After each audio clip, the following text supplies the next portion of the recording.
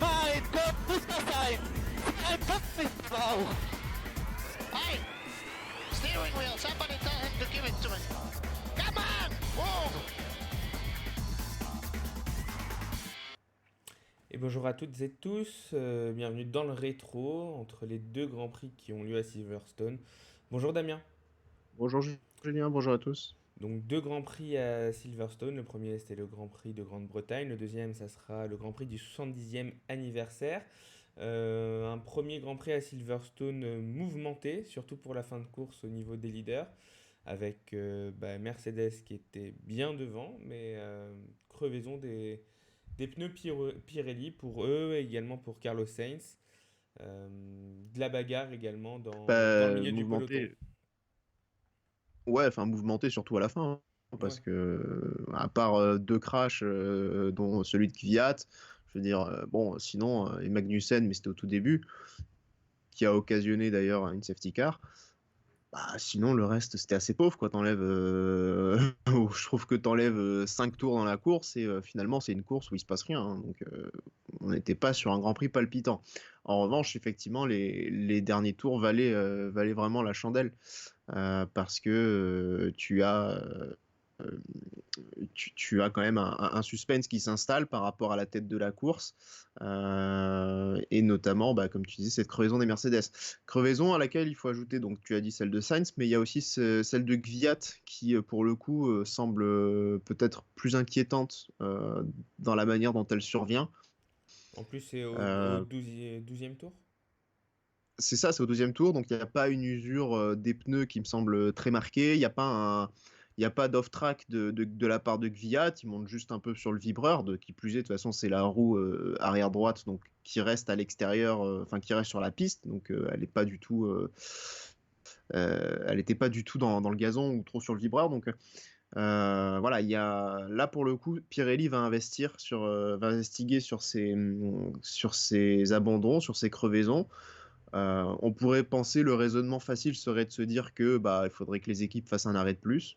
Je pense pas que ce soit si simple. Je pense que justement c'est possible. C'est pas une piste à écarter, mais la safety car a peut-être permis aussi de mettre en place cette stratégie à un seul arrêt justement.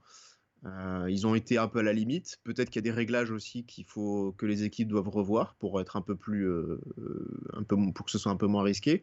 Mais en revanche, sur celle de Kvyat, il y a peut-être vraiment une investigation à faire parce que peut-être qu'il y a soit un bris, une pièce métallique qui a pu crever le pneu, soit un problème de conception ou quoi qui peut occasionner ce problème-là. Et là, pour le coup, c'est grave parce que je pense qu'on a tous eu peur et Kvyat le premier, vu l'impact du crash, quoi. Ouais. Et donc ça s'est passé au 12e tour, ça occasionne une safety car et les pilotes qui ont opté pour les pneus blancs pour aller au bout. Et du coup avec 40 tours de pneus, les Mercedes, toutes les deux, qui ont une crevaison. Pourquoi Mm. Mercedes? J'ai lu un petit peu que c'était c'est une voiture qui demande beaucoup d'aéro, donc qui va user un petit peu plus le pneu dans sa Ah, profondeur. ce qui serait intéressant de savoir, et de toute façon, on aura les conclusions et de Pirelli et de Mercedes sur les deux incidents, parce que si tu regardes bien, en plus, les incidents arrivent vraiment en un tour de différence. Donc, en fait, d'ailleurs, quelque chose qui, de manière un peu organique, cela, ce sera intéressant. Je pense qu'à mon avis, ce sera, j'imagine, même cause et mêmes effets. Je me pose la question du DAS, justement, à savoir, mais est-ce qu'il a été utilisé en course? Il me semble qu'Hamilton l'utilise beaucoup moins que Bottas. Peut-être que le DAS a aussi une incidence sur sur cette crevaison-là, sur ce problème de crevaison. On note aussi que ce sont les deux mêmes pneus qui ont crevé, donc c'est l'avant gauche qui, donc là, qui pour le coup témoigne d'une usure assez importante par rapport au circuit. Ouais, ce qui est normal étant donné que Euh, le circuit c'est tourne ça. dans le sens horaire. Donc c'est forcément Mm. Voilà, mais dans la le pneu mesure où avant gauche qui ouais. prend le plus. Mais dans la mesure où le système DAS aussi joue sur les pneus avant, euh, je, je me dis, est-ce que finalement il n'y a pas quelque chose à chercher de ce côté-là. Mm. Et pour le week-end suivant, est-ce que c'est toujours d'actualité que Pirelli va fournir des pneus plus tendres que le week-end passé? Il me semble que c'était prévu. Je ne sais pas s'ils vont confirmer ça, étant donné que déjà ils ont eu du mal à tenir des pneus plus durs. J'avoue que je sais pas. Après bon, de toute façon, tu peux toujours changer tes stratégies derrière, hein. Bah, de toute façon, faire plus d'arrêts, on a vu que ça pouvait fonctionner, faire un arrêt de plus. Mm, C'est Albon finalement qui a remis des hards après son crash avec Magnussen et qui termine en jaune ouais, et qui remonte très très bien, ouais, puisqu'il finit bon huitième, mais après ce qui lui bah, est ouais. arrivé, c'était pas mal quand même pour lui. Ouais, ouais, c'est huitième, ben, c'est pas non plus génial. Par contre, un arrêt de trop, c'est Verstappen qui l'a fait lui pour le coup. Bah, alors, Parce que sans cet arrêt supplémentaire, Alors, sans cet arrêt supplémentaire, il gagne la course. C'est vrai ouais. qu'on savait, Ah bah oui. on savait que les Mercedes avaient des soucis de pneus, que Hamilton avait un souci de pneus. Maintenant, ils font quand même deuxième et ils ont le meilleur tour en course. Je pense que tu leur dis ça. Est-ce que vous voulez cette performance pour le week-end prochain? Ils re-signent tout de suite, les gars. Donc, Oui, enfin, il se passe des faits de course euh, et finalement, voilà, ils auraient pu gagner la course, si, si mais tu, c'est pas arrivé. si, si tu leur, ouais, si tu leur dis, vous avez le choix de gagner la course en faisant qu'un seul arrêt, je pense qu'ils préfèrent ne pas avoir le meilleur tour en course, mais gagner la course, On est hein. d'accord, mais ça s'est produit et ce qui est assez dingue, c'est que bah, Hamilton et Bottas ont quand même le même problème et qu'à la fin de Ouais, ce Grand Prix, et à la fin, quand on regarde le classement, bah, ça fait un 25-0 pour Hamilton. Bottas ouais, est à 30 points au championnat pilote. ouais. Ouais, exactement. T'as Hamilton qui est à 88 et Bottas qui est à 58. Alors, par contre, on a Verstappen qui, pour le coup, est à 52, donc il est dans le Donc rétro de Bottas, il est comme on dit. dans le rétro de Bottas, Ouais. avec la possibilité d'être le vrai et le seul rival d'Hamilton. Je pense que Red Bull Oh, trop loin, Hamilton. ne doit pas s'en vouloir de ne pas avoir. Voilà, ils ont fait leur choix, ils ont voulu Ouais, bah, gratter un point, ils auraient pu en gratter 7 de plus. mm, C'était un pari finalement le moins risqué, puisque rester sur la piste et attendre une éventuelle crevaison d'Hamilton, euh, c'était être passif. Là, ils ont fait quelque chose et finalement, voilà, Hamilton, il fait ah, un tour sur trois roues incroyable. Je pense que il s'en ouais. souviendra longtemps de celui-là. Mais pour revenir sur Verstappen et Red Bull, franchement, moi j'ai jamais compris. Enfin, je trouve que ce point du meilleur tour, il apporte strictement rien. C'est pas ça qui te fait gagner un championnat. Je pense que les mecs chez Red Bull doivent être conscients qu'ils sont pas au niveau de Mercedes et qu'ils pourront pas aller les chercher sur une saison entière, hein. Il faut qu'ils soient réalistes. Donc je vois pas ce que le meilleur tour et un point en plus leur aurait apporté. Je veux dire, au pire, allez, au mieux pour Verstappen, il finit devant Bottas. Très Ouais. bien, ok au classement. Mais ce sera toujours loin du titre et d'Hamilton dans tous les cas. Donc franchement, j'ai beaucoup de mal avec ce truc du point de meilleur tour. Je veux dire, ça peut être bien pour une équipe, euh, a priori, enfin, dans une lutte au championnat où ça peut être serré, ça peut être une prise de risque intéressante, effectivement. Ou alors pour une équipe en difficulté qui marque pas de points et qui a besoin de points aussi pour avoir le prize money à la fin de saison. Dans ces cas-là, ça pourrait beaucoup plus se justifier, tu vois, si les équipes sont. Mais bon, il faut être aussi dans le top 10. Enfin, moi, j'étais un peu contre ce point du meilleur tour. Je trouve pas qu'il ça apporte quoi que ce soit. Et là, bah, Red Bull fait une erreur stratégique. Bon, il aurait fallu le prévoir plutôt que d'en parler après, évidemment, comme on fait.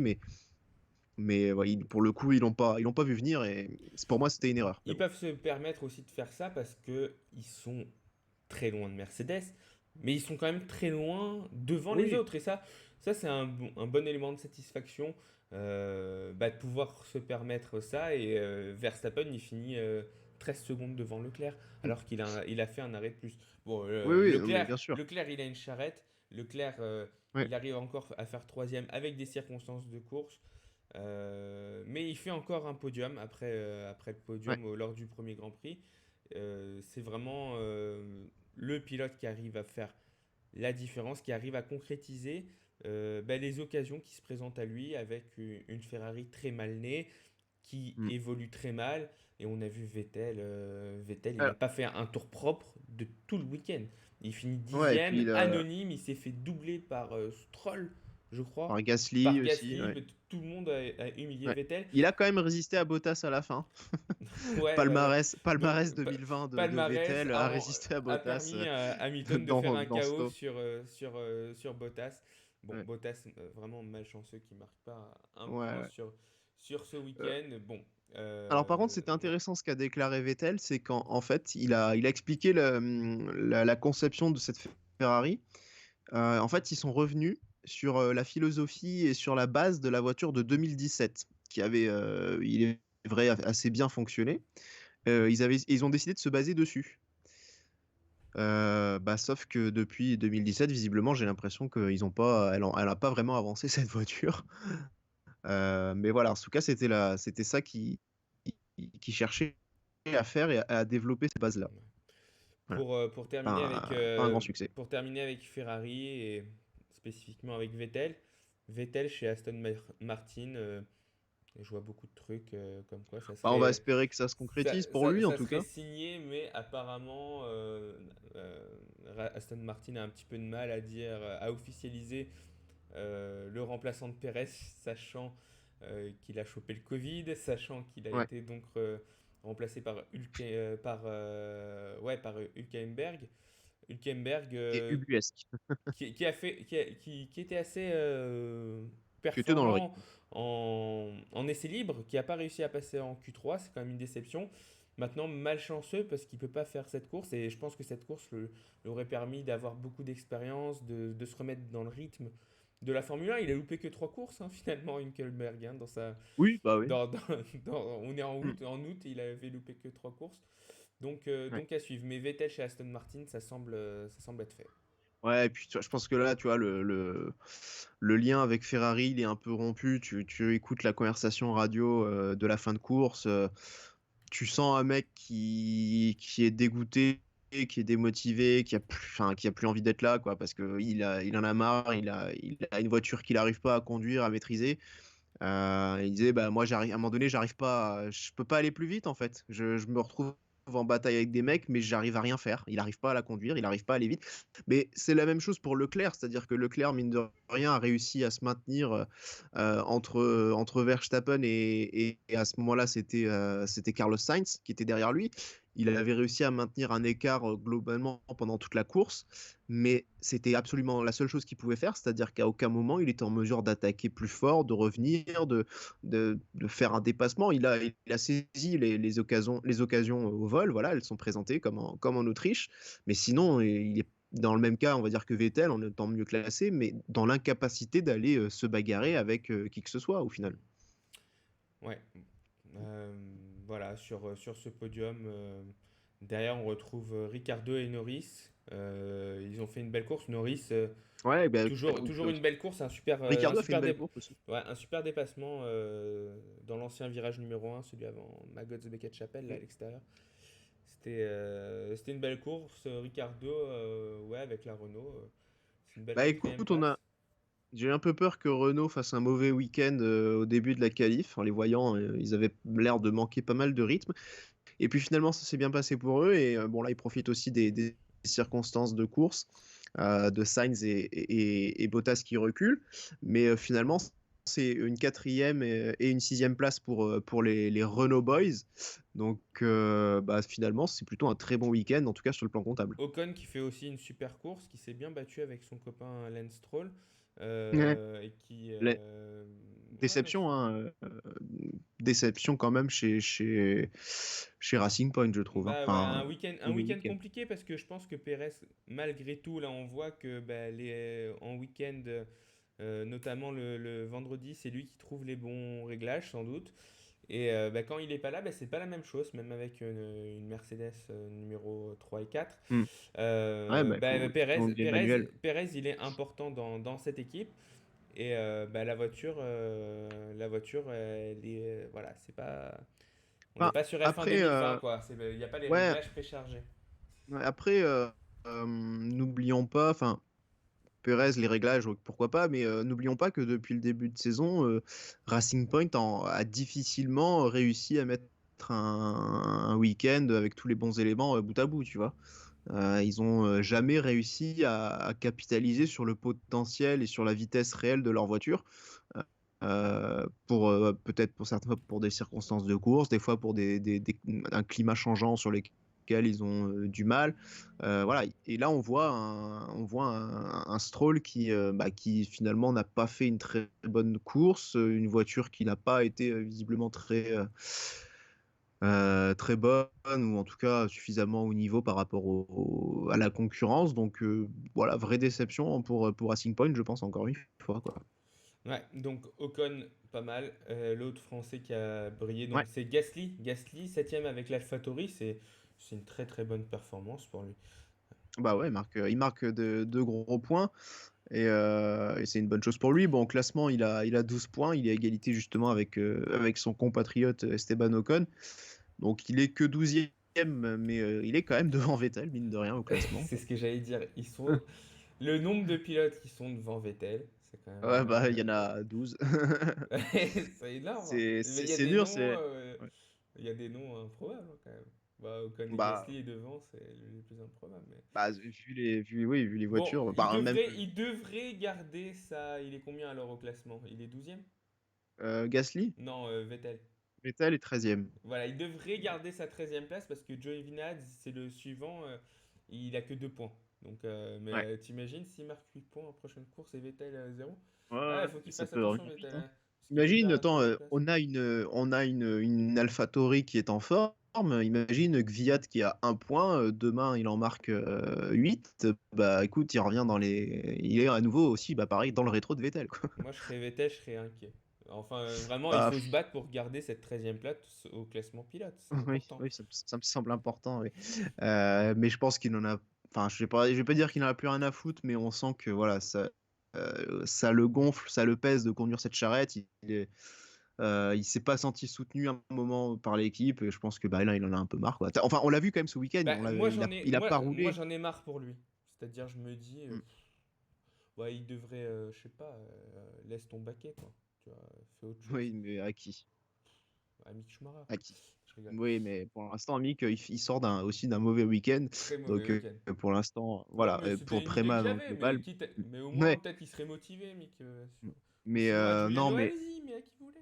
Non, ouais, ils ont non pas de plus, super non. licence, Alors, c'est ça. terrible. Ils Non, ont non, pas de non plus. super licence. Non plus. Euh, Mick, peut-être, je Mick, sais pas peut-être qu'il s'il peut avait déjà l'avoir. eu les points. Est-ce qu'il. Il peut Ouais, ouais, 300 km en performance. F1, ils a peut-être fait, ouais. Peut-être. Mais puis non, mais il faut surtout les points sur les 3 derniers championnats.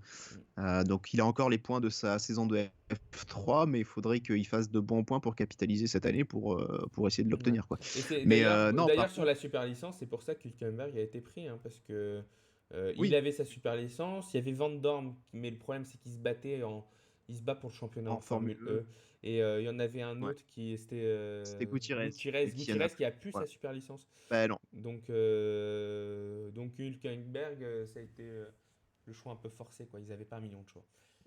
Et Même si après, ça reste bien, hein, Hülkenberg, hein. Hülkenberg, moi je me souviens, je après, disais, oh là là, lui c'est un futur grand. Futur grand. honnêtement, entre les trois que tu m'as cités, tu prendrais lequel, toi?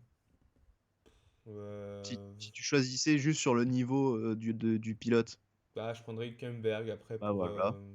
Ouais, Bah pour moi, sinon la un peu question, Van elle est vite Damme, sinon un répondue, peu hein. Van Damme pour lui laisser sa chance aussi. Non, mais Van Dorn, ouais, mais en fait, la chose, c'était que Mercedes fournit le pilote remplaçant si jamais il y a un pépin, entre guillemets. Donc Gutiérrez, qui est le pilote réserve, et Van Dorn, qui pilote chez Mm. Mercedes en Formule E. Voilà, c'est pour ça que c'était ces deux noms-là. Sinon, honnêtement, choisir, bah, évidemment, tous les jours, je prends Hülkenberg. Et entre les trois, il n'y a Clairement, absolument pas photo. Qui plus est, Hülkenberg connaît la maison. C'est clairement. pas inintéressant. Enfin, elle a peut-être un peu changé cette maison, mais il y était jusqu'en 2016, je crois. Donc, il n'arrive pas non plus en terre inconnue, quoi. Tout à fait. Est-ce que tu as autre chose à ajouter sur cette course qui était un petit peu chiante? Oui. Bah écoute, des gros points pour Norris qui se maintient à la 4e place du championnat, ce qui est quand même pas mal pour lui. Ouais. Voilà, donc c'est une bonne chose. Et puis non, bah c'est La course aussi de Romain Grosjean qui fait par une très belle stratégie un peu risquée de Haas lui permet de se battre pendant un temps aux avant-postes. Bon, par contre, les batailles un peu dégueulasses, hein, les petits coups de volant sur les zones de freinage, bof, quoi. C'est décalé comme ça, d'ailleurs, il a été averti. Par contre, aussi, on pourra parler de la course horrible de Kimi Raikkonen, qui s'est fait poutrer par Latifi quand même ce week-end. Voilà. Et par Et son puis, coéquipier, et par tout ouais, le monde. oui, pardon, par Giovinazzi, je voulais Ouais. dire, excuse-moi. Donc, Ouais, lui, mais il s'est fait également poutrer par Latifi, qui est une ouais. performance. Bon, après, c'est vrai qu'il a eu un problème d'aileron sur la fin. Mm.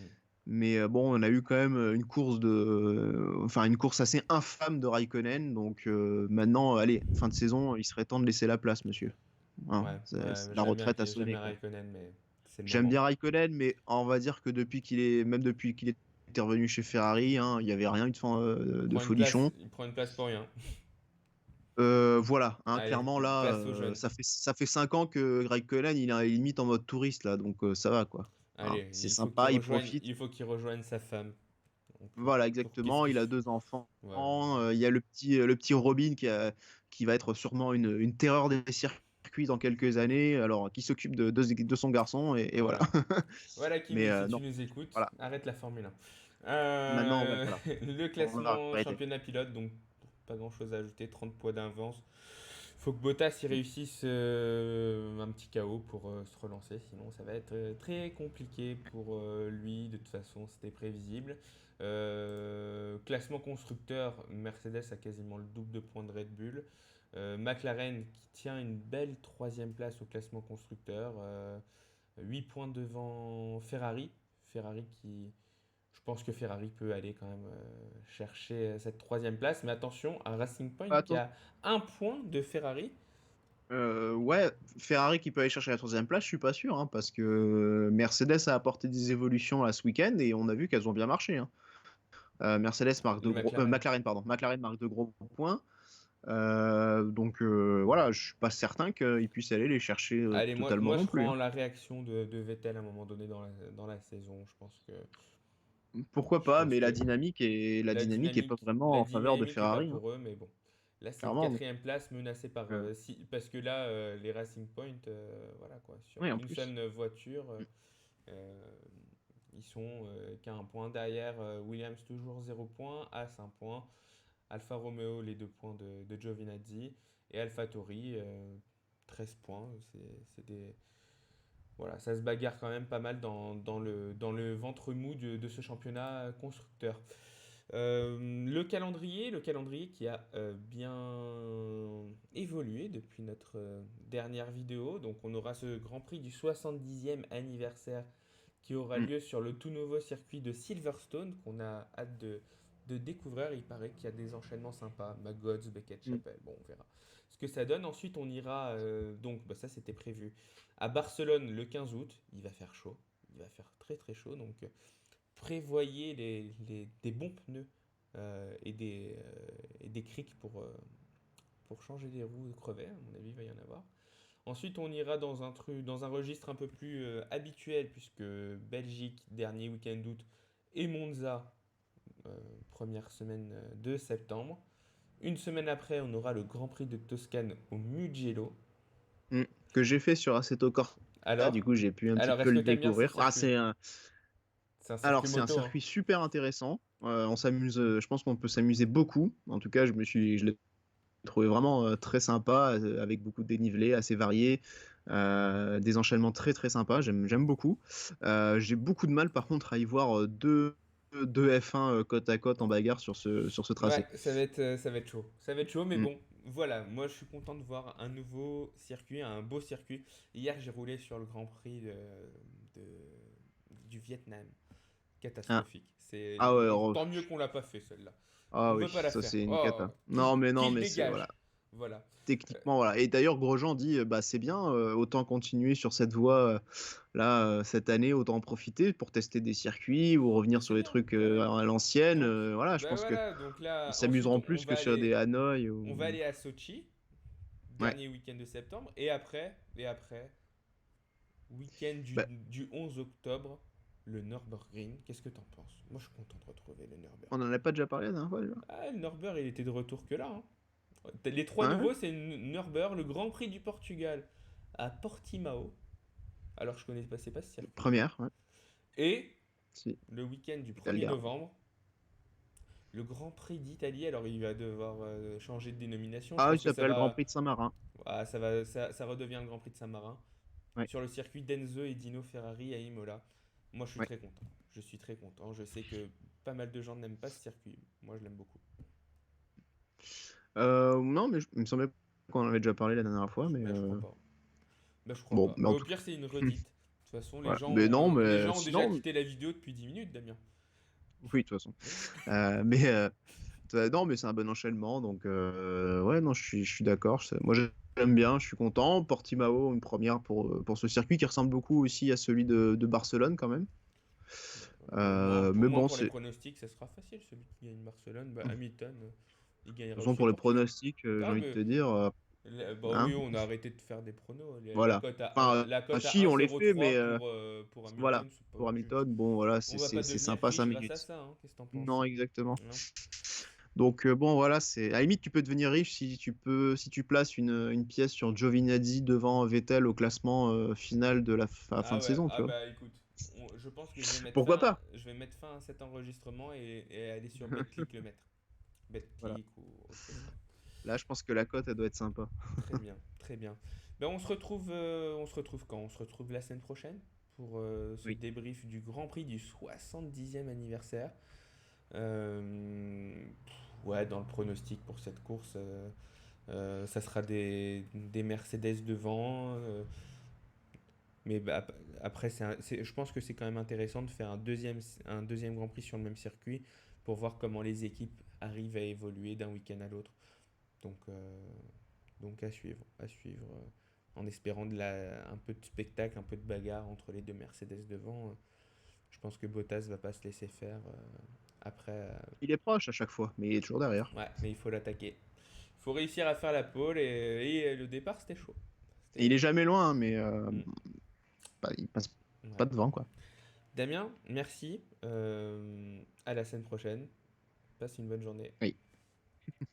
Ciao, ciao. Merci à Salut. tous. Au revoir.